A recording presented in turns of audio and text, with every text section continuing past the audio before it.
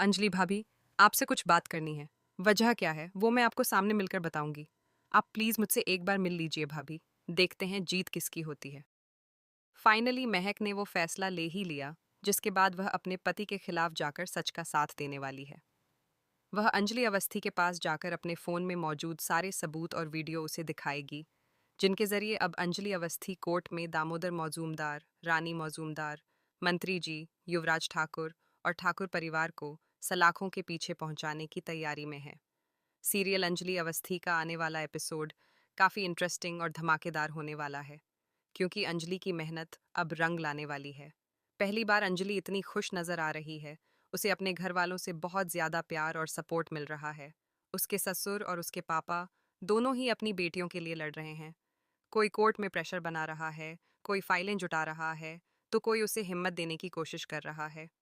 यह सब देखकर अंजलि काफ़ी खुश होती है और सीधे हॉस्पिटल में विद्युत के पास पहुंचती है, जहां वह बेहोश पड़ा है।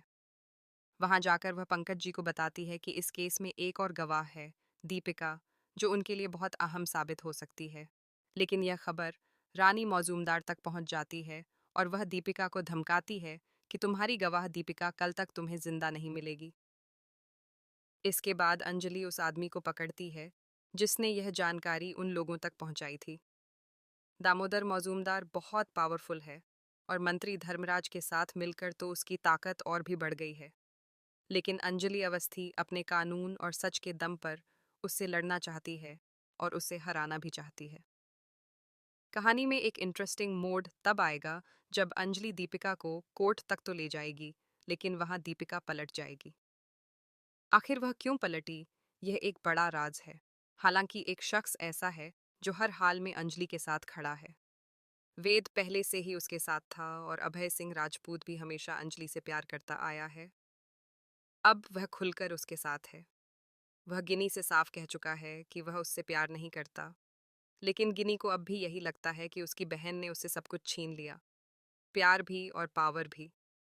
अभय सिंह राजपूत ने दामोदर के दिमाग में यह बात डाल दी है कि गिनी की शादी सिर्फ एक समझौता है।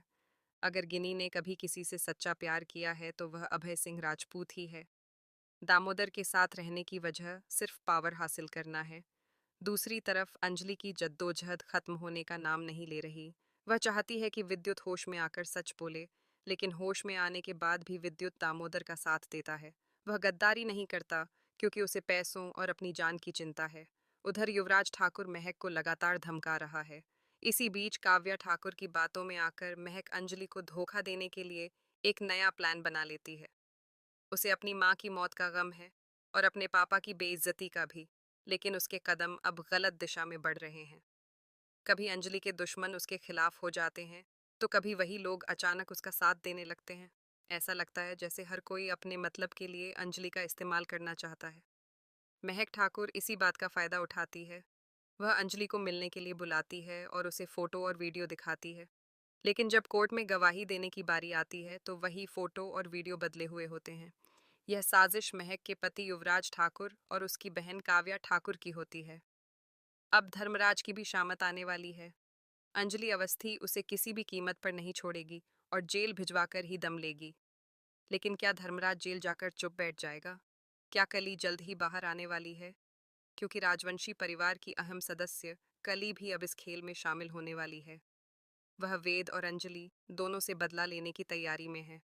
आने वाले एपिसोड में ट्रिक्स और ट्विस्ट्स की भरमार होने वाली है। आप इस धमाकेदार मोड को देखने के लिए कितने एक्साइटेड हैं?